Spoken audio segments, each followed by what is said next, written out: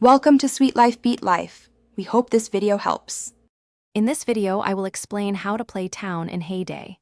To begin your town adventure, you first need to reach farm level 34.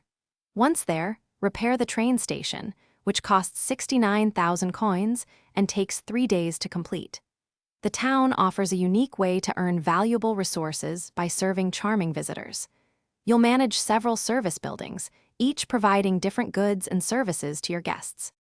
Once your town is active, visitors will arrive by train, each with specific needs. Tap on a visitor to view their requests, which can be for up to 3 different service buildings like the diner or cinema. Fulfilling these requests earns you coins, experience points, and reputation points. Remember, you'll need to have the requested items ready in your barn or silo to complete their orders efficiently. Upgrading your town's service buildings is crucial for efficiency and growth.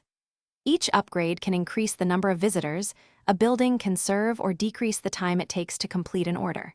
You'll need various building materials, often found by serving visitors or opening mystery boxes.